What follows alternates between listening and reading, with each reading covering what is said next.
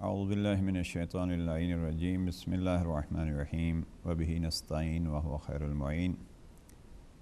صلی اللہ علی سید الانبیاء والمرسلین وعلی آلہ الطیبین الطاہرین المعصومین اما بعد۔ ہدایت النہج البلاغہ کے عنوان سے آج کا یہ ہمارا 11واں سیشن ہے۔ ذات جلیل سے دعا کرتے ہیں پروردگار محمد و آل محمد کی عظمتوں کو صدقہ ہمیں تعلیمات قرآن اور تعلیمات محمد و آل محمد کی عظمتوں کو سمجھنے کی توفیق نصیب فرمائے اور ان تعلیمات کو اپنی زندگیوں میں جاری کرنے کی سعادت نصیب فرمائے اور آل محمد کی تعلیمات کے اس پیغام کو، آل محمد کے اس مشن کو، محمد و آل محمد کے ان تبلیغات کو، ان اصولوں کے مطابق جو آل محمد ہم سے چاہتے ہیں ان کو اپنا کے علمی مراکز سے دور اور علمی کمزوریوں میں مبتلا افراد تک یہ نسخہ پہنچانے کی سعادت نصیب فرمائے۔ ولادت جناب امام محمد باقر علیہ السلام ہے آج، اور اگر آپ حضرات اس امام کی ولادت کے اس دن کو دیکھیں، یہ رجب المرجب، یہ رجب کا مہینہ بہت ساری خصوصیات رکھتا ہے اور اس میں 13 رجب ایک ایسا دن ہے جس دن نے اسلام کو، دین کو ایک عزت بخشی ہے اور اس ہستی کو ذات توحید نے اپنے گھر میں بلایا ہے اور بھیجا ہے کہ جس کے گھر کو پھر رب کے دشمنوں سے تطہیر بھی اسی امیر المؤمنین نے کی۔ یہ 13 رجب کا موضوع ہمیں اس پہ جی تو چاہتا ہے کہ امیر المؤمنین کا تذکرہ ہو تو پھر ہوتا ہی رہے، لیکن چونکہ موضوع ہمارا اور نہ یہ 13 رجب ہے، یہ ہے پہلی رجب کو جس ہستی کی ولادت ہے اس کا نام ہے محمد باقر علیہ السلام۔ اس امام کی خصوصیات میں سے دیکھیے، میں بہت پہلے کبھی یہ عرض کر چکا ہوں، جناب امام حسن علیہ السلام کی بیٹی اور جناب امام حسین علیہ السلام کا بیٹا، ایک علی، جناب امام علی زین العابدین، اور ایک جناب فاطمہ بنت حسن، ایک طرف فاطمہ ایک طرف چوتھے امام، اور ان دو بھائیوں کی یعنی امام حسن علیہ السلام اور امام حسین علیہ السلام کی نسل سے آگے جو سلسلہ چلتا ہے اس سلسلے کی پہلی کڑی کا نام ہے جناب امام محمد باقر علیہ السلام۔ یعنی امامت کو ذات توحید نے پھر اس انداز سے جمع کر دیا ہے۔ اگر کوئی یہ کہے کہ اولاد امام حسن علیہ السلام سے کیا ہے، تو جیسے پیغمبر اکرم کی نسل میں سے جناب فاطمہ الزہرا سلام اللہ علیہا، اس بی بی کے ذریعے سے یہ سلسلہ آگے بڑھا، یہاں بھی اس امامت میں بھی جناب فاطمہ بنت حسن کو ایک حصہ حاصل ہے۔ بہرحال امام عالی مقام کی، امام محمد باقر علیہ السلام کی عظمت، اگر ایک ہی لقب جناب امام کا مد نظر رہے تو وہ ہے باقر العلوم۔ یہ آج اگر کسی ایک محلے میں یا کسی ایک گھر میں جہاں کوئی زیادہ تعلیم یافتہ لوگ نہ ہوں، چند کلاسیں ایک شخص پڑھ جاتا ہے تو اس کو پڑھا لکھا کہا جاتا ہے۔ اور البتہ یہاں ایک جملہ یہی کہتا جاؤں، جن قوموں میں علم کی عظمت ہوتی ہے وہاں علامہ کی حد تک وہی افراد پہنچتے ہیں جن کو پھر ہلی کے نام سے یاد کیا جاتا ہے، وہاں علامہ ہلی ہوتے ہیں۔ اب بہرحال جس قوم میں امام باقر العلوم ہوں، علوم کے پھیلانے والے، علوم کے نشر کرنے والے، اب کس نے ان سے سیکھا؟ ہم فقط اپنے آپ سے سوال کرتے ہیں کہ کیا ہم نے بھی ان سے کچھ سیکھا ہے؟ میں اپنی قوم کے پڑھے لکھے سامعین و ناظرین سے یہ گزارش کرتا ہوں، میں اپنی قوم کے ایجوکیٹڈ جوانوں سے یہ گزارش کرتا ہوں، اگر یہ جملہ سن سکیں، ہمارا یہ سوال ہے، کیا ہمارے سینے میں امام محمد باقر علیہ السلام، جس کو یہ لقب جناب پیغمبر اکرم نے عطا فرمایا ہے، ہمارے ہاں ائمہ معصومین علیہ السلام کے القاب یہ نہیں ہے کہ ہم القاب دیتے ہیں، یہ القاب جو ائمہ معصومین علیہ السلام کے ہیں، یہ القاب جناب پیغمبر اکرم کی طرف سے عطا شدہ ہیں، اور پیغمبر اکرم صلی اللہ علیہ وآلہ وسلم نے یہ جو القابات دیے ہیں یہ اپنی طرف سے نہیں ہے، وہ محبوب خدا جناب مصطفیٰ وما ینطق عن الہوا کے مصداق ہیں، اور وہ جو فرماتے ہیں وہ ان کو حکم ہوتا ہے اللہ کی طرف سے، وہاں سے فرماتے ہیں۔ تو یہ جو القاب ہیں، چونکہ امامت کی بحث کو اگر یہاں اس انداز سے چھیڑا جائے کہ امامت کی تعداد 12 کی، یہ بھی پیغمبر اکرم کی طرف سے نہیں ہے، پیغمبر اکرم کو عہدہ رسالت دے کے بھیجنے والی ہستی نے کہا کہ میرا محبوب تو خاتم النبیین ہے، تیرے بعد نبوت کا اختتام ہے، اب آپ کے بعد سلسلہ پیغام کو کیسے پہنچانا ہے، اس مشن کو جو آپ کے ذریعے سے مکمل ہوا ہے اس مشن کو آگے کیسے بڑھانا ہے۔ تو یہ 12 کی تعداد بھی ادھر سے ہے، پھر ان کے القابات بھی ایک غور طلب مسئلہ ہے، اور اگر آپ اس پہ تھوڑا کام کریں، یہ بنیادی چیزیں ہوتی ہیں جو آپ اثنا عشری جو کہلواتے ہیں، ان کے لیے ایک مہم پہلو ہے کہ دوسروں کو، دنیا والوں کو، مسلمانوں کو یہ بتلائیں کہ دیکھیے یہ 12 ہمارے پاس ہیں، اس لیے ہم اپنے آپ کو اثنا عشری کہتے ہیں، یعنی 12 اماموں والے، اور پھر ان میں سے ان کی جو تعلیمات ہیں ان کو اپنی زندگیوں میں اپنا کے ان پر عمل کر کے دوسروں کو دکھائیں کہ وہ ہیں ہمارے امام، ہم ہیں ان کے ماموم۔ جناب امام محمد باقر علیہ السلام کی خصوصیت، اس 5ویں امام کی خصوصیت کیا ہے؟ خصوصیت کے ساتھ امام کے القاب کو اگر دیکھیں، اس لقب کو دیکھیں تو خصوصیت اس امام کے علم کے ساتھ منسوب ہے، یعنی وہ امام ہے، اور یہ آیت اللہ العظمیٰ مرحوم خمینی نے یہ فرمایا تھا جب وہ اپنے آخری وصیت میں جن چیزوں پہ فخر کیا ہے کہ ہمیں فخر ہے کہ یہ چیزیں ہمارے پاس ہیں، ان میں سے مثلا نہج البلاغہ پہ فخر کیا ہے انہوں نے، اور وہاں فخر کرتے ہوئے کہتے ہیں باقر العلوم جیسے امام ہمارے امام ہیں، یہ ہمارے لیے باعث فخر ہے۔ اس چیز بھی غور کرنا چاہیے، علماء کی ان محنتوں کو، علماء کا سب سے بڑا سرمایہ اور علماء کا سب سے بڑا کمال یہی ہے۔ ہمارے ہاں علماء کی عظمت کے لیے ایک جملہ کہا جاتا ہے، وہ جن کی زندگیاں قال الصادق علیہ السلام وقال محمد الباقر علیہ السلام میں گزرتی ہیں، ان کو ہم علماء کہتے ہیں۔ اب 5ویں امام خزانہ علم ہیں، اب اگر ہم خزانہ علم کہتے ہیں تو یہ بات ذہن میں رہنی چاہیے کہ دعوی سلونی جناب امام امیر المؤمنین نے فرمایا ہے،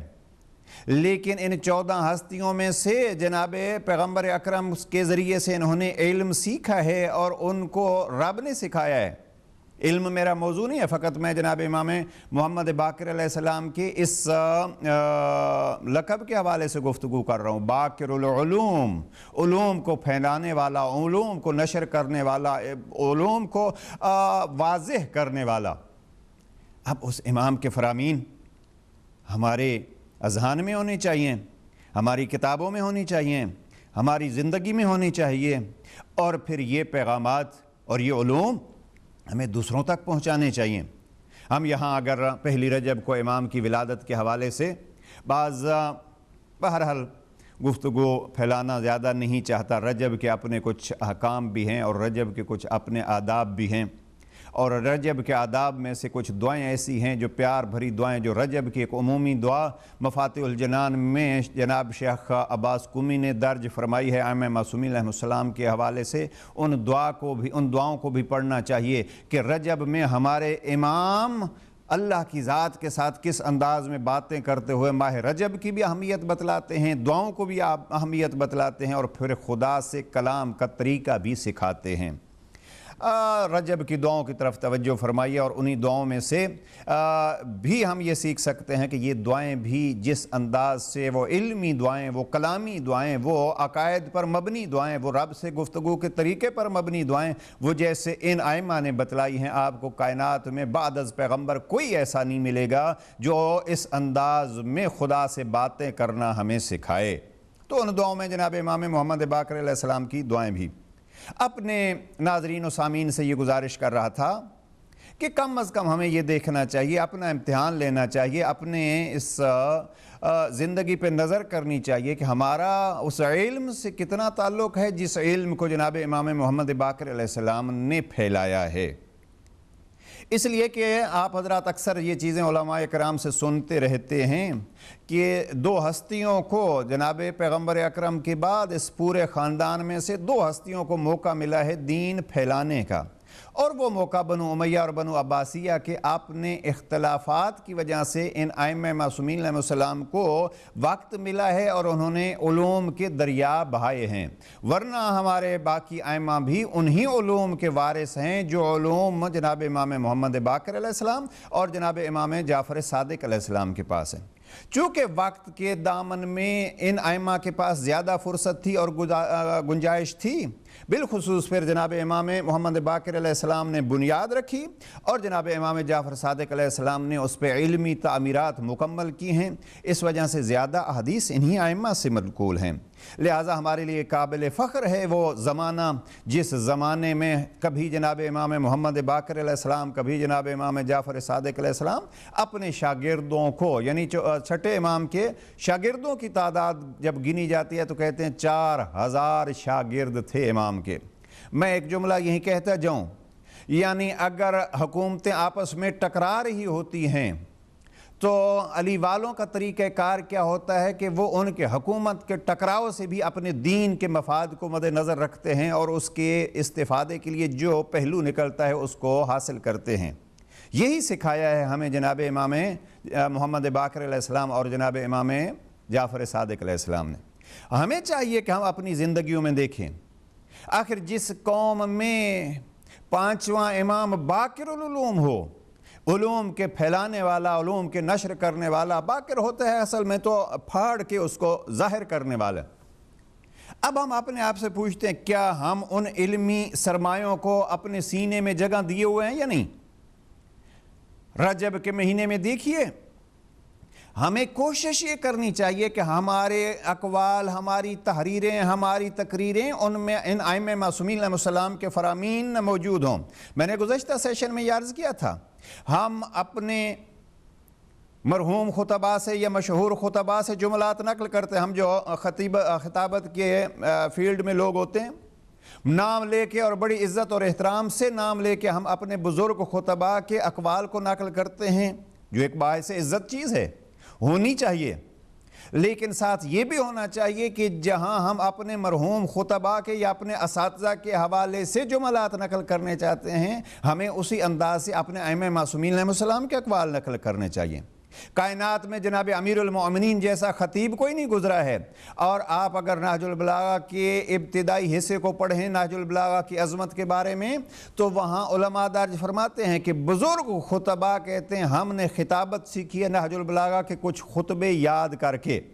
ابن نباتہ جیسے افراد اور صاحبان بیان جن کو امام البیان کہا جاتا ہے، وہ کہتے ہیں کہ ہم نے جناب امیر علیہ السلام کے کلام میں سے 60 خطبے یاد کیے ہیں، اور پھر ان خطبوں کا اثر یہ ہوا کہ ہمیں خطابت کی ایک فضیلت اور خطابت کا کمال نصیب ہوا ہے۔ یعنی جناب امیر علیہ السلام کے فقط نہج البلاغہ میں جو 238 خطبات ہیں، یہ کل فرامین جناب امیر علیہ السلام نہیں ہیں، یعنی نہج البلاغہ میں جو سید رضی نے جمع کیا، وہ ایک مختصر سا حصہ جو جمع ہوا ہے، اس میں سے 238 خطبات۔ اب ان 238 خطبات میں سے کوئی اگر 60 خطبات یاد کر لیتا ہے تو وہ کہتا ہے کہ میں ان خطبات کی وجہ سے امام البیان بن گیا ہوں۔ لہٰذا ہمیں چاہیے، اگر بالخصوص میں یہاں اس وقت گزارش کر رہا ہوں خطبہ سے، اگر خطبہ اپنا مقام خطابت اس بلندیوں پر پہنچانا چاہتے ہیں تو یہ ایک پہلو ہے، اور خطابت کے اصولوں میں سے ایک اصول ہے اور ایک اصل ہے کہ ہمیں جناب امیر علیہ السلام کے اس خطیبانہ انداز کو اپنی خطابت میں لے آنا چاہیے۔ اس کے دو فائدے ہوں کہ ایک تو کلام امیر المؤمنین کا خطابت میں آنا، ایک جناب امیر علیہ السلام کی عظمت کا بھی ذکر ہوگا، جناب امیر علیہ السلام کے کلام کا خطابت میں آنا اس میں برکت بھی ہوگی، اور جناب امیر علیہ السلام کے اس خطیب عظیم کے بیانات کا ہماری خطابت میں آنا، خطابت کو ایک مقام بھی نصیب ہوگا۔ بہرحال اسی طریقے پہ جناب امام محمد باقر علیہ السلام کے فرامین ہماری نگاہوں میں ہونے چاہیے، اور یہ ضروری نہیں ہے کہ فقط خطبہ کی حد تک جو ہے وہ ہم کہیں کہ فلاں خطیب جو ہے وہ جناب امام محمد باقر علیہ السلام کے فرامین پڑھے۔ بھلاؤ بزرگ علماء اکرام کا میں اکثر جناب ائمہ معصومین علیہ السلام کے خطبات میں سے اور فرامین میں سے قدیمی کتاب جو بارہا میں عرض کرتا رہتا ہوں اور مجھے پسند ہے اس لیے اکثر اس کا تذکرہ کرتا رہتا ہوں، تحف العقول۔ آپ جائیے تحف العقول کو، چونکہ یہ خصوصیت حاصل ہے کہ نہج البلاغہ سے بھی کئی سال پہلے یہ تحف العقول جمع کی ہے مرحوم ہرانی نے، اور اس حوالے سے وہاں جناب امام محمد باقر علیہ السلام کے اقوال جمع ہیں، ان کو دیکھیے، پیغمبر اکرم کے فرامین، پھر جناب امام امیر المؤمنین کے باقی ائمہ کے، اور پھر وہاں امام محمد باقر علیہ السلام کے فرامین، پھر اصول کافی کو دیکھیے اور اپنی دوسری کتابوں کو دیکھیے جہاں جناب امام کے اور باقی ائمہ کے فرامین موجود ہیں۔ کم از کم ہمیں یہ چاہیے، میں اکثر یہ عرض کیا کرتا ہوں، اگر اس امام کی ولادت پہ ہم ایک فرمان یاد کر لیں اور دوسری شہادت پہ ایک اور فرمان یاد کر لیں،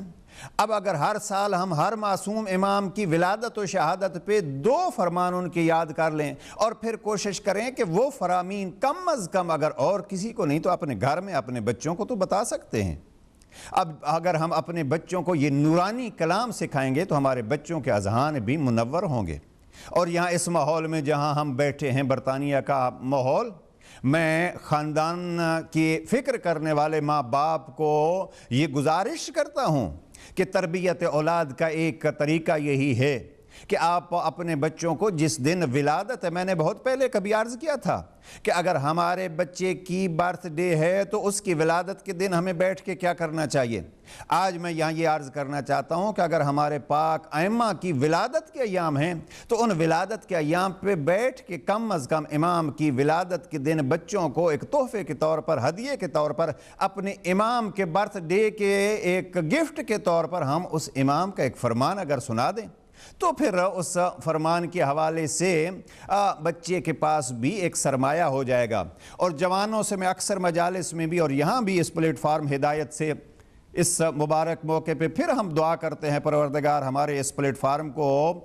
سلامت رکھے اور ہدایت کا یہ پلیٹ فارم اور پھلتا پھولتا رہے اور قوم اس سے زیادہ استفادہ کر سکے، اور اس کے بانیان کو پروردگار صحت و سلامتی عطا فرمائے اور ان کو اور ہمت عطا فرمائے۔ اس پلیٹ فارم سے بھی عرض کرتا رہتا ہوں اور اب دوبارہ ریپیٹ کر رہا ہوں اس چیز کو کہ جوانوں کے لیے بھی ضروری ہے کہ کم از کم اپنی زندگی میں ایک نوٹ بک تو ایسی بنا لیں کہ جس میں ہم یہ کہیں کہ اس نوٹ بک میں میں قرآن مجید کی تلاوت کے وقت جو اپنی طبیعت کے مطابق ایک نسخہ الہی پاتا ہوں اس کو میں ایڈریس کے ساتھ نوٹ کر لیتا ہوں، پھر کوشش کروں گا کسی عالم دین کے ساتھ بیٹھ کے کسی تفسیر میں پڑھ کے دوسری آیات کو اس کے ساتھ ملا کے اس کی ڈیٹیل میں جاؤں۔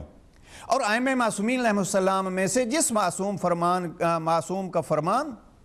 میں کہیں پاؤں گا تو اس کو آپ دیکھیے ایک طریقہ کار ہے دنیا بھر میں ہے کہ اگر کسی بڑے آدمی سے ملاقات ہوتی ہے تو وہ کہتے ہیں جناب آپ اپنے یہاں سائن کر دیجئے یا آپ اپنا کوئی کال لکھ دیجئے۔ اس پہ بہت سارے افراد اپنی نوٹ بکیں رکھتے ہیں یا مثلا جس چیز کا کوئی شوقین ہے اور اس فیلڈ کے ماہر سے، مثلا کوئی کھلاڑی ہے، کوئی کسی اور فیلڈ سے ہے، تو وہ ان سے اپنے سائن وغیرہ یا اپنا ایک فرمان لکھواتے رہتے ہیں۔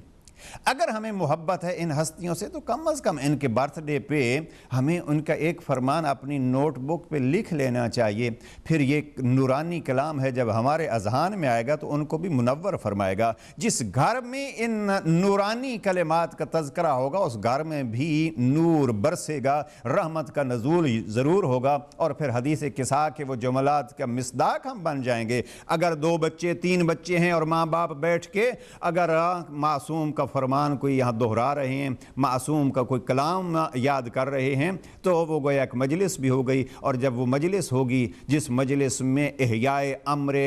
ائمہ طاہرین ہو رہا ہے، دین کی باتیں ہو رہی ہیں، تو پھر وہی مجلس اس حدیث قصا کے جملے کا مصداق بنے گی کہ جب مومنین جمع ہوتے ہیں تو حفت بہم الملائکہ نازلت علیہم الرحمہ، اور وہ رحمت بھی نازل ہوتی ہے، ملائکہ بھی تشریف لاتے ہیں، رحمت کے دعا بھی ان کے لیے کرتے ہیں. تو یہ گھر میں ہم خود اپنے بچوں کی اپنے طور پر اپنے کسی خوشی کے موقع پر، برتھ ڈے ہو یا کوئی اور خوشی کا موقع ہو، اس پہ بھی آل محمد کے تذکروں کو دہرا کے ہم محفلوں کو سجا سکتے ہیں، گھروں کو نورانی بنا سکتے ہیں. اپنے دماغوں کو اس برائی کے ماحول سے، اس گندگی اور اس ظلمانیت کے دور سے نکالنے کے لیے اپنے آپ کو ان فرامین کی طرف لے آ سکتے ہیں، اور پھر ان کے مطابق اگر زندگی کو ڈھال سکیں تو اپنی زندگی کی کامیابیوں کو بھی حاصل کر سکتے ہیں.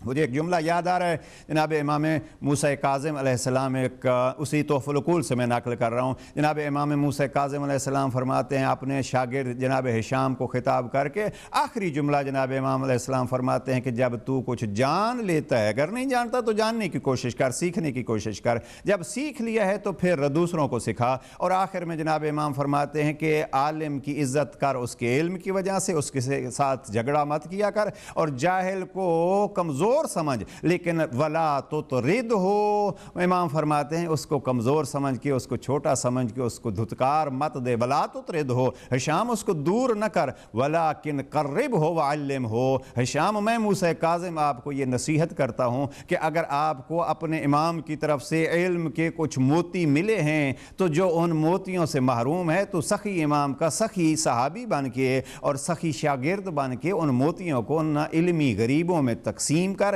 علمی یتیموں کو تقسیم کر. ولا تطرد ہو، ہشام ان کو دور مت کر، ولیکن قرب ہو، ان کا اپنے قریب کر، وعلم ہو، اور قریب کر کے ان کو علم سکھا. یہ کس کی خواہش ہے، یہ کس کی تمنا ہے؟ اور فقط تمنا نہیں بلکہ اظہار کر رہے ہیں جناب امام موسیٰ کاظم علیہ السلام. کس کے سامنے؟ اپنے اس سے شاگرد ہشام کے سامنے، جس ہشام کے بارے میں معصومین فرماتے ہیں ہشام جیسے ہمارے شاگرد دین کی عزت کا ذریعہ ہیں. پروردگار، اب موضوع ہمارا تربیت در نہج البلاغہ ہے. جناب امام محمد باقر علیہ السلام کے فرامین، جی چاہتا ہے کچھ ایک جملہ عرض کر دوں. جناب امام محمد باقر علیہ السلام کے ایک پیارے شاگرد ہیں جناب جابر جوفی. دو شاگرد تو نہیں، بہرحال 2 ہستیاں، 2 جابر جناب امام محمد باقر علیہ السلام کے ساتھ تعلق ہے. موضوع میرا بالکل میں دوسری طرف چلا گیا ہوں، کوشش کرتا ہوں جلد از جلد پلٹ کے تربیت در نہج البلاغہ کی طرف آ جاؤں. 2 صحابی کہہ لو. اب کیا کروں، شاگرد کہنے پہ جی بھی چاہتا ہے، ڈر بھی لگتا ہے، اس لیے کہ ایک جابر امام کا زائر ہے جو 7 معصوموں کا زائر ہے، جابر ابن عبداللہ انصاری. البتہ جب زیارت کی بات آتی ہے تو یہ کربلا کا بھی پہلا ظاہر ہے جناب جابر ابن عبداللہ انصاری. یہی جناب جابر ابن عبداللہ انصاری ہیں جو حدیث قصا کے راوی ہیں جناب فاطمۃ الزہرا سلام اللہ علیہا سے. سوچیے عزیزان، کیا مقام ہوگا اس جابر کا، پیغمبر اکرم کا زائر، امیر المؤمنین کا زائر، جناب سیدہ کے خدمت گزار اور حدیث قصا کا راوی، حسن مجتبی و شہید کربلا کو کندھوں پہ اٹھانے والا، جناب امام زین العابدین علیہ السلام کا زیارت کرنے والا، اور پھر امام محمد باقر علیہ السلام کی زیارت جس کو نصیب ہو. یہ 7 معصوم ہستیوں کے زائر اس کو کہتے ہیں جناب جابر ابن عبداللہ انصاری، جو 40 پہ کربلا میں سب سے پہلے زیارت کے لیے اپنے ایک ساتھی کے ساتھ گیا، وہ ہے جابر ابن عبداللہ انصاری. اگر ہم ائمہ معصومین علیہ السلام کا تابعدار، موالی، غلام کہلواتے ہیں تو ہمیں ان غلاموں کی زندگیوں کو دیکھنا چاہیے، انہوں نے پھر اپنی غلامی کی زندگی کیسے گزاری۔ اب ایک بہت مشہور تعلق ہے جناب جابر ابن عبداللہ انصاری اور جناب امام محمد باقر علیہ السلام کا، اور وہ یہ ہے کہ جناب پیغمبر اکرم نے جناب جابر ابن عبداللہ انصاری کو فرمایا تھا، جابر آپ میرے ایک بیٹے سے ملاقات کریں گے جس کا نام میرے نام پر ہوگا اور اس کا لقب میں بتلا رہا ہوں باقر العلوم ہوگا۔ جابر جب اس کی زیارت کرنا تو مجھ محمد کی طرف سے میرے بیٹے محمد کو میرا سلام کہنا۔ ابھی قربان اس جابر ابن عبداللہ انصاری پہ جو امام تک پیغمبر کے سلام پہنچانے کے لیے امین ہے۔ اب اس میں بہت ساری باتیں ہیں، یہاں خود امامت کا مسئلہ جو ہے وہ جناب پیغمبر اکرم حل فرما رہے ہیں۔ اگر امامت کی بحثوں کو کسی نے دیکھنا ہے تو جائیے جناب جابر ابن عبداللہ انصاری کی اس روایت کو دیکھیں۔ جناب جابر ابن عبداللہ انصاری کو پیغمبر کی ذات اور پیغمبر کے کلام پر اتنا یقین تھا کہ انتظار میں تھے کب پیغمبر کا وہ بیٹا سامنے آئے کہ میں پیغمبر کا سلام اس کو پیش کروں، اور پھر زندگی گزارتا رہا، اور گزارتے گزارتے جب پانچویں امام کو چلتے ہوئے دیکھا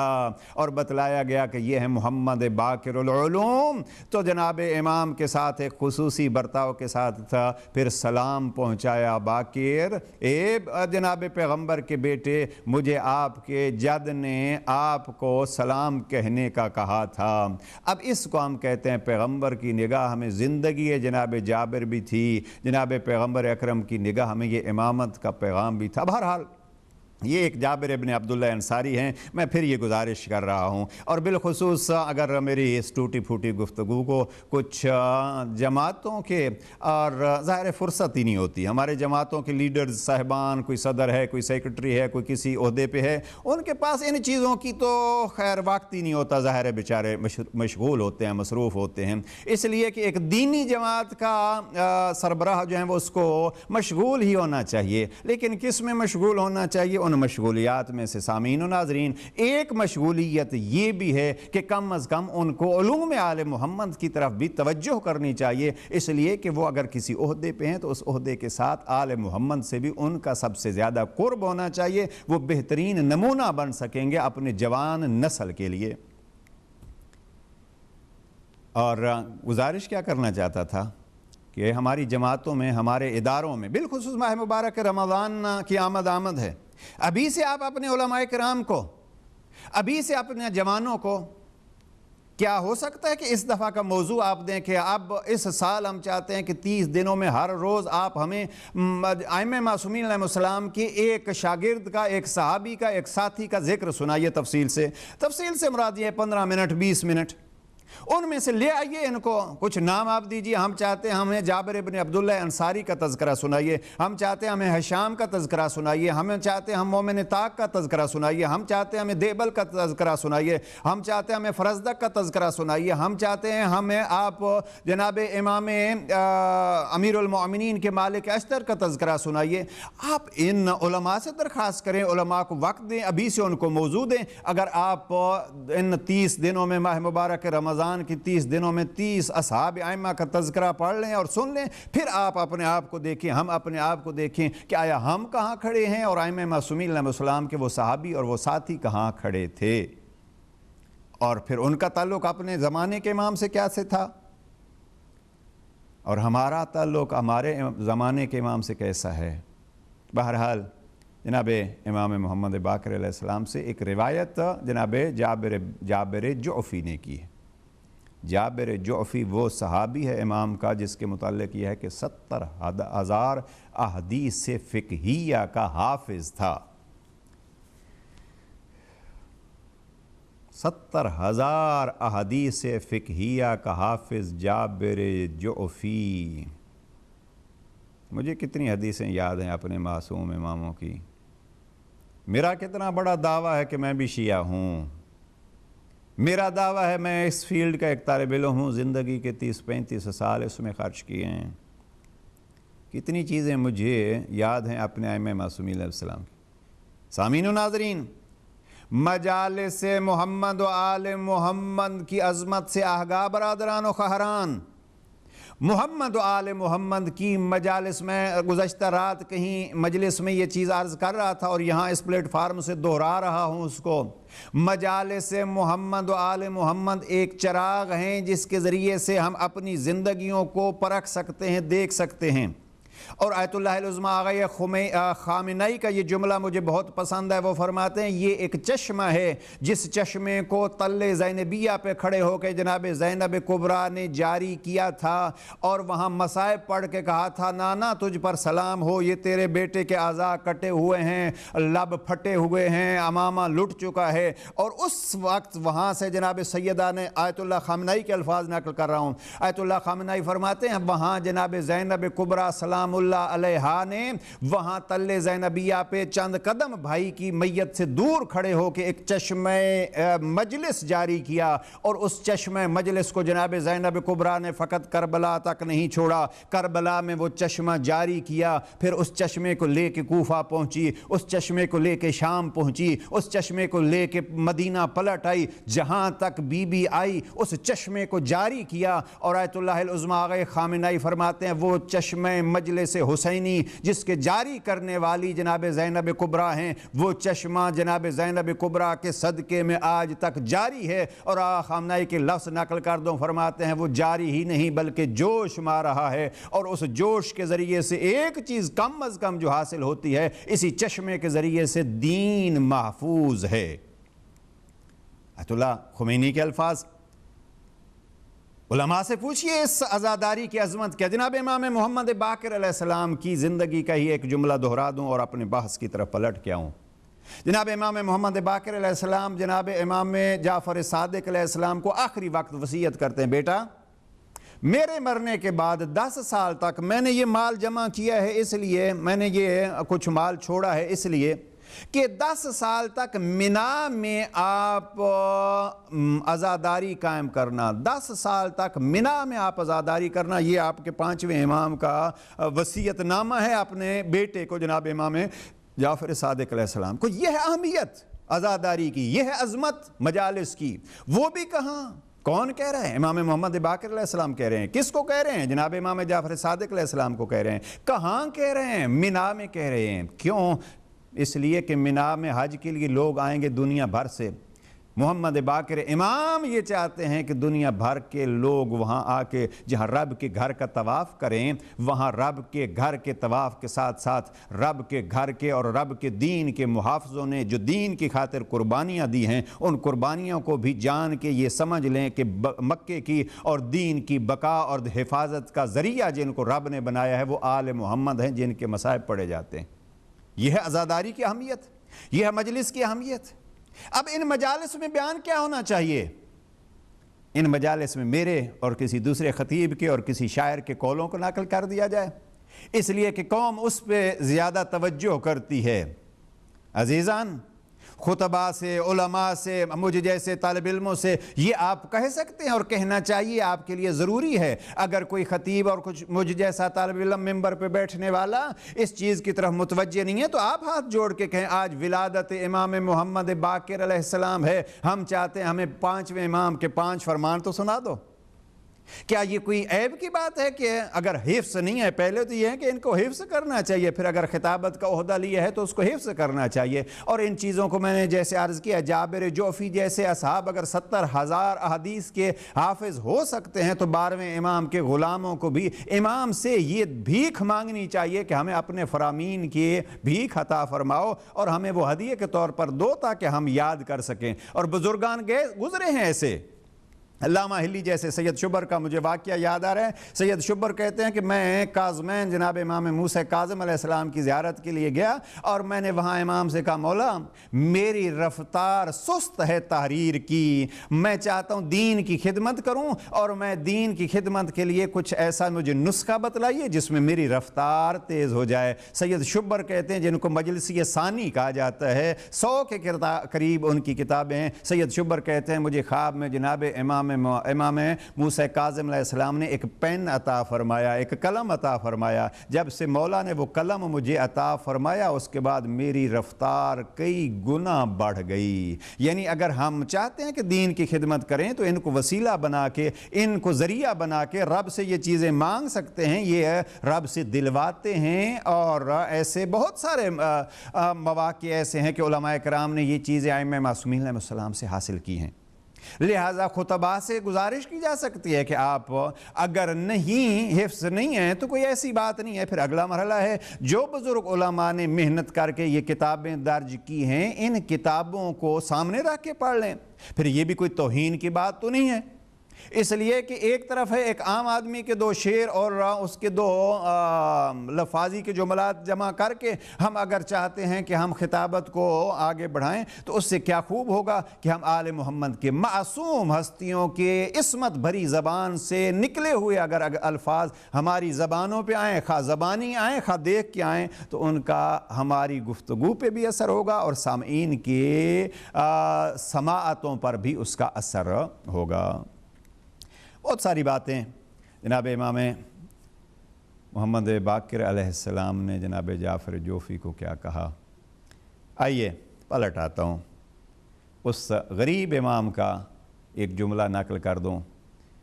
جو جناب کمیل کو فرماتا تھا لینے والا کوئی نہیں ہے، کوئی ہے بھی تو یا وہ امین نہیں ہے یا وہ ذہین نہیں ہے. میں نے نقل کیا تھا، سینے کی طرف اشارہ کر کے کہتا ہے امام ہا ہنا العلم جمع کمیل، اس سینے میں ایک خزانہ موجود ہے لیکن اس کو لینے والا کوئی نہیں. تاج البلاغہ کلمات کسار نمبر 147. میں کہتا ہوں اگر اسی اشارہ جناب امیر المومنین کو کوئی نقل کرتا رہے تو علی کے علم کی عظمت کے دریا اس اشارے میں موجود ہیں. اسی علی کا بیٹا ہے جس کو ہم کہتے ہیں باقر العلوم امام محمد باقر. لیکن افسوس نہیں ہے، میں اپنے آپ سے پوچھتا ہوں، جو ہماری فیلڈ ہے، جو ہماری زندگی ہے، جو ہماری شوق ہے، جو ہمارا عشق ہے، علوم محمد و آل محمد اور ہونے چاہیے. میں اپنے آپ سے سوال کرتا ہوں ہم نے علی امیر المومنین سے کیا لیا؟ جناب کمیل کو سامنے کھڑا دیکھ کے جناب امیر المومنین اپنے سینے کی طرف اشارہ کر کے فرماتے ہیں ہا ہنا العلم جمع، یہاں علم کا خزانہ ہے، کوئی لینے والا نہیں ہے. کیا آج وہ خزانہ نہج البلاغہ جیسی صورت میں ہمارے پاس موجود ہے یا نہیں؟ وہ جس سینے کی طرف جناب امیر المومنین اشارہ فرما کے کمیل کے سامنے اظہار افسوس کر رہے تھے کہ کمیل اس کو لینے والا کوئی نہیں ہے، کوئی لیتا ہے تو یا ذہین نہیں ہے یا امین نہیں ہے. کیا جناب امیر علیہ السلام کے سینہ اقدس سے نکلنے والی اور جناب امیر علیہ السلام کی زبان مبارک سے باہر آنے والی اور جناب امیر علیہ السلام کے قلم سے جاری ہونے والی یہ تحریریں ہمارے لیے اس خزانے کا مقام نہیں رکھتی؟ وہ سینے کی طرف اشارہ تھا. اب اگر سینہ علوی ہماری نگاہوں کے سامنے نہیں ہے تو علوم علوی ہماری نگاہوں کے سامنے موجود ہیں. ہمیں چاہیے کہ وہ علی جو پکار کے کہہ رہے تھے، افسوس کا اظہار کر کے کہہ رہے تھے کمیل کوئی لینے والا نہیں ہے، کوئی لیتا ہے تو یا امین نہیں ہے یا عاقل نہیں ہے، ذہین نہیں ہے، کیا ہم نے نہج البلاغہ کو عاقل ہو کے، ذہین ہو کے، امین ہو کے کچھ لیا ہے؟ بحث پھیل جائے گی. امین کی کیا نشانی ہے، ذہین کی کیا نشانی ہے، پھر انشاءاللہ کسی وقت عرض کروں گا. بس اتنا عرض کرنا ہے کہ اس افسوس کو، جناب امیر علیہ السلام کی اس آہ کو دیکھیے، آہ ان لہا ہونا علما جمع. اس آہ جناب امیر علیہ السلام کو آج گوش گزار کیجئے. علی کے چاہنے والوں، آپ محبان امیر المومنین، آپ کو مٹانے کی زمانے بھر میں کوششیں کی جا رہی ہیں. اور حد یہ ہے کہ جناب حجر بن عدی وہ صحابی ہے جناب امیر المومنین، لوگوں کو ان کی گردن کاٹ کے 1400 سال بعد تک بھی ابھی سکون نہیں ملا، بلکہ کبھی ان کے مزار ڈھانے کی، کبھی ان کی قبریں کھودنے کی کوششیں کی جا رہی ہیں. لیکن یہ زمانے کی ستم ظریفی ہے کہ زمانہ ان باتوں کو دہراتا ہے، لیکن شیعیان فرمان حیدر کرار کو دنیا پر واضح کر دینا چاہیے کہ جب مقام عذرا میں وہاں جناب حجر ابن عدی کو قتل کیا جا رہا تھا تو جناب حجر ابن عدی نے کہا ٹھہر جاؤ، مجھے بھی قتل کرنا ہے، آپ نے میرے بیٹے کو بھی قتل کرنا ہے، لیکن میں حجر ایک تمنا رکھتا ہوں اور وہ میری تمنا یہ ہے کہ پہلے میرے بیٹے کو قتل کر دو پھر حجر کو قتل کر دینا۔ اب لوگوں نے کہا کہ تو کتنا سخت دل ہے کہ پہلے بیٹے کو قتل کرو اور پھر مجھے قتل کرو۔ جناب حجر ابن عدی فرماتے ہیں نہیں، یہ سنگ دل ہونے کی بات نہیں ہے، یہ تجربے کی بات ہے۔ حجر ابن عدی محبت علی کے تجربے میں اتنا پختہ ہو چکا ہے کہ اگر حجر ابن عدی کے سامنے حجر کا بیٹا بھی قتل ہو جائے تو محبت علی میں فرق نہیں آئے گا، لیکن میرا بیٹا نوجوان ہے، کہیں باپ کی گردن پر چلتی ہوئی تلوار دیکھ کر امیر المؤمنین کی محبت میں کمی نہ آ جائے، لہٰذا مجھے یہ پسند ہے کہ میں اپنے بیٹے کی موت اپنی آنکھوں سے دیکھوں۔ میں تو یہ سمجھتا ہوں کہ شاید حجر ابن عدی نے یہ بھی کہا ہوگا، کہا نہیں ہوگا تو یقیناً یہ ایک عملی چیز ہے۔ حجر ابن عدی کے ذہن میں یہ بات ضرور آئی ہوگی، جب بیٹا راہ علی میں شہید کروا دوں گا تو میرا مقام عند العلی بڑھ جائے گا۔ اس لیے اس دور میں بھی ایسے افراد موجود ہیں، مجھے جملہ کبھی کہہ چکا ہوں، جملہ ریپیٹ کر رہا ہوں، اس وقت کے ایک مجاہد، اس وقت کے ایک ابو ذر، اس وقت کے ایک حجر بن عدی جناب سید حسن نصر اللہ کا جملہ میں کہنا چاہتا ہوں۔ جب کئی دنوں کے بعد جوان بیٹے کی میت ملی تو اس نے یہی جملہ کہا تھا، آج مجھے فخر ہے کہ میرا نام بھی شہیدوں کے خاندان کے ناموں میں آ گیا ہے۔ لہذا کوئی دنیا یہ سمجھتی ہے کہ کبھی بقی کو گرا کے، کبھی جنت المعلی کو مزارات کو مٹا کے، کبھی جناب حجر ابن عدی جیسوں کے مزاروں کو گرا کے، کبھی جناب جعفر طیار کے مزاروں کو آگ لگا کے، کبھی شیعوں کو قتل کر کے یہ مشن مٹ سکتا ہے؟ نہیں، نہ کل مٹا ان حکومتوں کے ذریعے سے، نہ آج مٹ سکتا ہے۔ لیکن ایک جملہ مجھے آیت اللہ مرتضی عسکری مرحوم کا یاد آ رہا ہے، وہ فرمایا کرتے تھے کہ ہاں دور بنو امیہ پلٹ آیا ہے اور شاید دور بنو امیہ سے بھی مظالم بڑھ جائیں، لیکن کوئی ایسا ہونا چاہیے جو کردار ابو ذر ادا کرے۔ عزیزان بات سمیٹ رہا ہوں، کردار ابو ذر کیا ہے؟ جہاں بھی موقع ملتا ہے کھڑے ہو کے لوگوں کو اپنے قریب بلا کے ایک فرمان اپنے مظلوم امام کا سنا کے کہتے ہیں علی نے یہ فرمایا، علی کے بارے میں نبی نے یہ فرمایا۔ آئیے کوشش کریں، ہمارے ممبروں سے، ہماری مجالس سے، ہماری محافل سے، ہماری اپنی ذاتی نشستوں میں سب کچھ ہونا چاہیے، لیکن کم از کم اگر کوئی گفتگو آگے بڑھانا چاہتے ہیں تو کسی معصوم ہستی کا کلام ہمارے سامنے آنا چاہیے۔ بات بہت پھیل گئی ہے۔ اس مظلوم امام کا، جناب امیر المؤمنین کا نہج البلاغہ کا ایک جملہ، نہج البلاغہ جو زندگیاں سنوار سکتا ہے، زندگیاں سنوارنے کے واقعات نقل کروں۔ ابھی مجھے شیخ محمد عبدہو کے جملات ذہن میں آ گئے۔ آپ اگر اسی مفتی جعفر حسین مرحوم کا ترجمہ جو اردو کا ہے اس کے شروع میں دیکھیں تو علامہ علی نقی صاحب نے جو مقدمہ لکھا ہے اس میں شیخ محمد عبدہو کے وہ 4 سوال ہیں۔ انہوں نے اس وقت، یہ 1926 کی بات ہے، 25-26 کی، وہاں انہوں نے ایک مصر میں ایک سوال نامہ جاری کیا تھا اور وہاں اس سوال نامے میں انہوں نے کہا تھا کہ آپ کچھ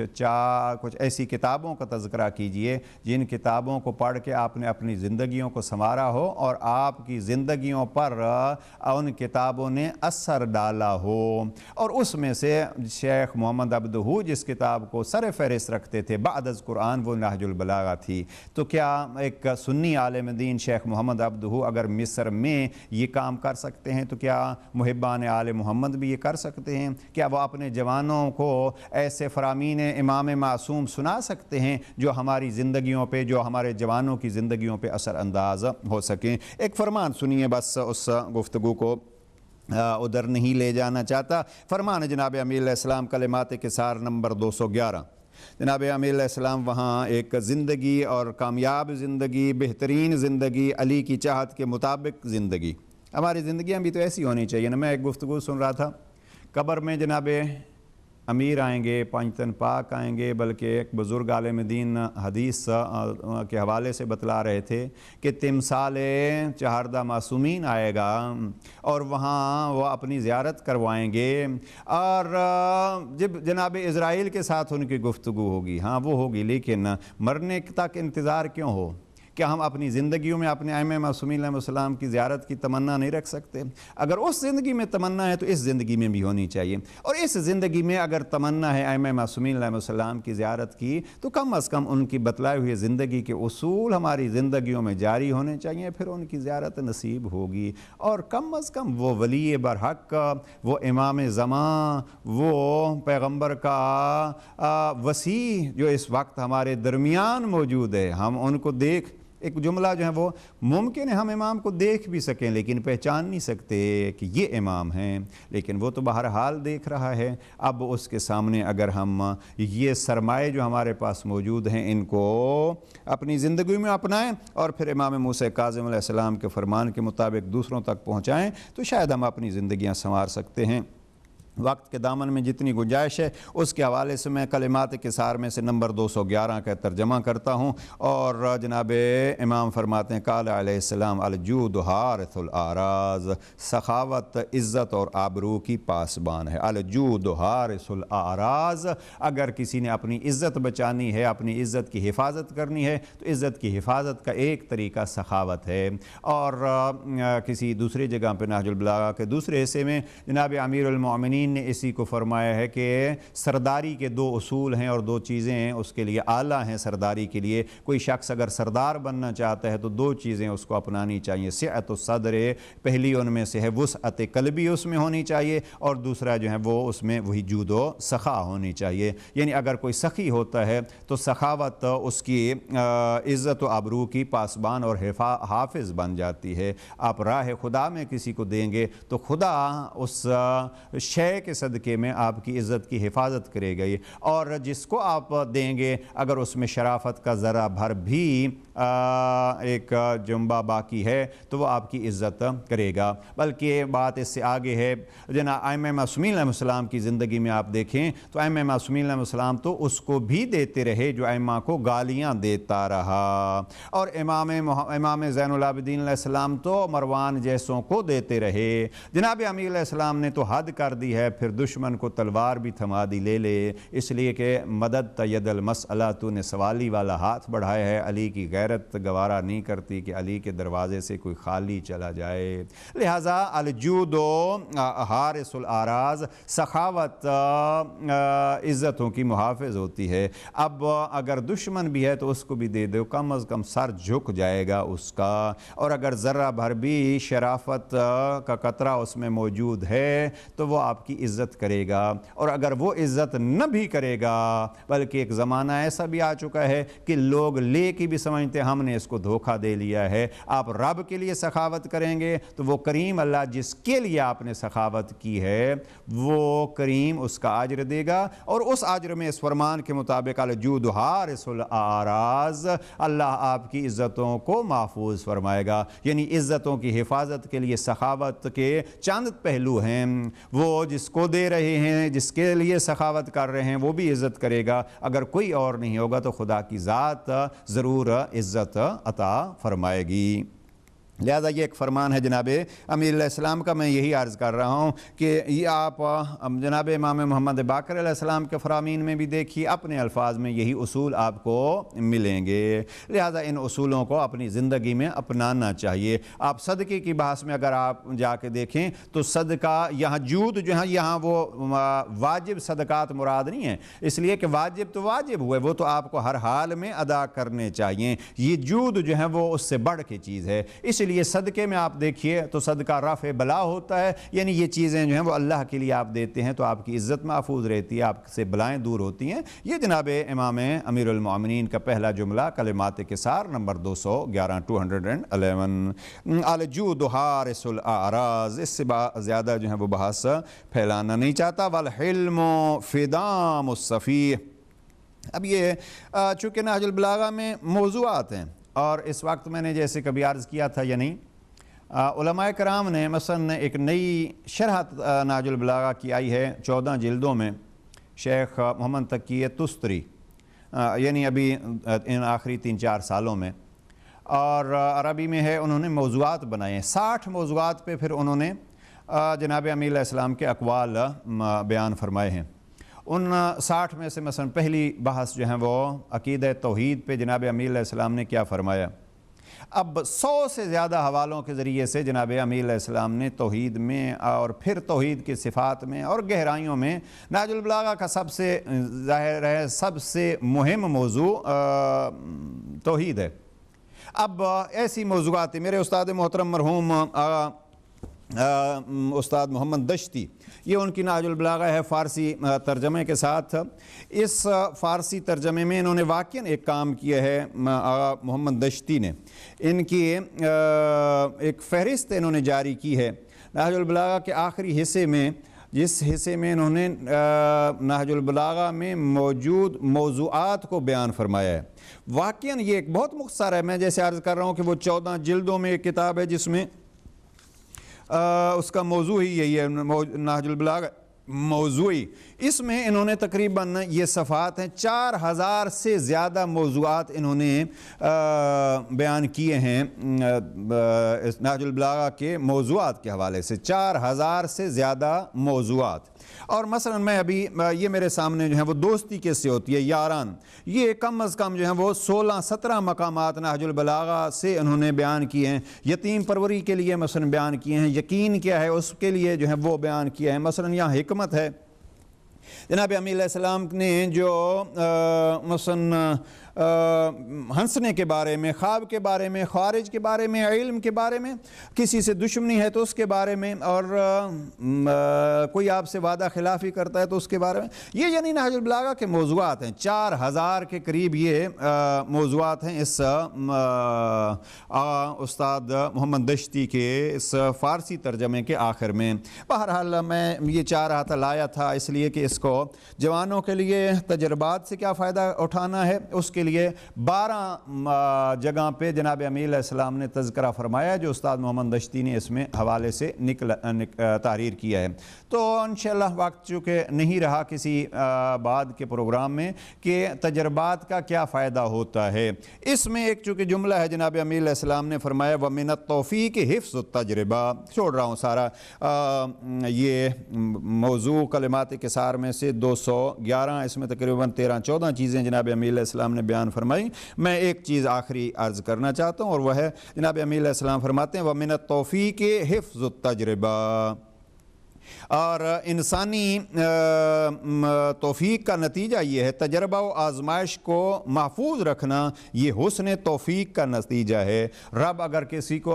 توفیق حسنہ عطا فرماتا ہے، اس کو حسن توفیق عطا فرماتا ہے، تو اس کے حسن توفیق کی ایک نشانی یہ ہوتی ہے کہ وہ تجربات کو محفوظ رکھتا ہے۔ اب تجربات کو محفوظ رکھتا ہے یعنی کیا؟ یعنی ضروری نہیں سمجھتا کہ دنیا کی اور زندگی کی ہر شے کا تجربہ خود کرتا پھرے، اس لیے کہ پھر اس کے لیے ایک زندگی تجربہ کرنے کے لیے چاہیے اور ایک زندگی پھر اس تجربے کے مطابق زندگی گزارنے کے لیے چاہیے۔ جناب امیر علیہ السلام فرماتے ہیں حسن توفیق یہ ہے کہ انسان دوسروں کے تجربوں کو محفوظ رکھ لے۔ محفوظ رکھ لے سے مراد کیا ہے؟ یعنی پھر اپنی زندگی میں وہ ان تجربوں کو جاری کر لے۔ جوانوں کے سے میری یہ گزارش ہے کہ آپ اس لفظ پہ غور فرمائیے کہ آپ کے والدین نے، آپ کے بزرگوں نے، آپ سے بڑے افراد نے جو زندگی میں تجربات حاصل کیے ہیں، ان تجربات کو آپ محفوظ کریں اور ان کو اپنی زندگی میں استعمال کریں۔ مثلا ایک موضوع جو آج کل چل رہا ہے اور وہ یہ ہے کہ جناب دوستی کے موضوع پہ ذرا دیکھیے آپ کے آباء و اجداد کے ساتھ، آپ کے دیکھنے والوں کے ساتھ، آپ کے بزرگوں کے ساتھ دوستی میں کیا کیا فوائد ہوئے ہیں۔ دوستی ایک ایسا موضوع ہے جو اس وقت جوانوں کو برباد کر کے بھی رکھ رہی ہے، اور دوستی ایک ایسا موضوع ہے جو جوانوں کے سنوارنے کے لیے بھی بہترین ذریعہ ہے۔ میں تربیت اولاد از نہج البلاغہ کے حوالے سے وضاحت سے اس دوستی کے موضوع پہ عرض کر چکا ہوں اور ریپیٹ نہیں کرنا چاہتا۔ دوستی ایسا موضوع ہے جو ہمارے جوانوں کے بگاڑ میں بنیادی قدم رکھتی ہے۔ دوستی ایک ایسا موضوع ہے جو جوانوں کو سنوارنے کے لیے بھی ایک مہم اس کا اثر ہے۔ لہٰذا والدین کے لیے ضروری ہے کہ بچوں کے اس ابتدائی دور میں بچپنے میں ان کو ایسے دوست تلاش کر کے دیں جن کا ان کے ساتھ دوستی کا معیار فقط اور فقط اللہ ہو۔ اگر معیار ہم ایسے دوست بنائیں گے جن کا دوستی کا معیار اللہ ہو، وہ کتنا دیندار ہے میں کتنا دیندار ہوں، وہ کیسا نمازی ہے میں کیسا نمازی ہوں، وہ کیسا عزادار ہے میں کیسا عزادار ہوں، وہ کتنا محب اہل بیت ہے میں کتنا محب اہل بیت ہوں، ایسے دوست تلاش کر کے اس کو ایک قیمتی ہیرا سمجھ کے والدین کو چاہیے کہ وہ ایسے دوستوں کو ایک دوسرے کے ساتھ ملائیں، خاندانوں کو ملائیں۔ اس کے لیے اگر آپ کو شہر چھوڑنے پڑتے ہیں تو شہر چھوڑ دیجئے، اس لیے کہ شہروں میں اگر ایسے دوست نہیں ملتے تو کوئی ایسی جگہ تلاش کیجئے جہاں سے ایسے دوست ملیں، اور دوست وہی ہو سکتا ہے جو خدا کا محبوب ہو، جس کی نگاہ میں عظمت خدا ہو۔ اب اگر ایک شخص، میں اکثر یہ کہا کرتا ہوں، یہاں جس ماحول میں ہم رہ رہے ہیں آپ کہتے ہیں یہاں کے لوگ دوست کیوں نہیں ہو سکتے، میں کہتا ہوں جو خالق کو دوست نہیں رکھتا، جو خالق کی پہچان نہیں رکھتا، جس نے اس کو سب کچھ دیا ہے، زبان دی ہے، کان دی ہے، خلقت دی ہے، وجود دیا ہے، جو اس خالق کو نہیں پہچانتا وہ آپ کا دوست کیا ہوگا؟ آپ سمجھتے ہیں میں نے اس کو 2 تحفے برتھ ڈے پہ دے دیے وہ میرا دوست ہو جائے گا؟ نہیں، جس کو سارا وجود دینے والے کی پہچان نہیں ہے وہ کبھی کسی کا دوست نہیں ہو سکتا۔ آئیے دوستی کا معیار ایک محبت علی کو بنا لیجئے۔ پروردگار ہمارے سینوں میں محبت علی کا خزانہ رکھ دے، اور پھر اس خزانے کو سمجھ کے اس کی حفاظت کرنے کی توفیق نصیب فرما دے، اور پھر اس خزانے کو اپنی زندگیوں میں عملی طور پر اپنانے کی توفیق نصیب فرما دے۔ اور پروردگار تو کریم ہے، علی کا بھی تو خالق ہے، علی کے ان فرامین کو جو حقیقت میں تیرے کلام کی تفسیر ہیں، علمی یتیموں تک پیار بھرے انداز سے پہنچانے کی توفیق نصیب فرما دے۔ ربنا تقبل منا انک انت السمیع العلیم، والسلام علیکم ورحمۃ اللہ وبرکاتہ۔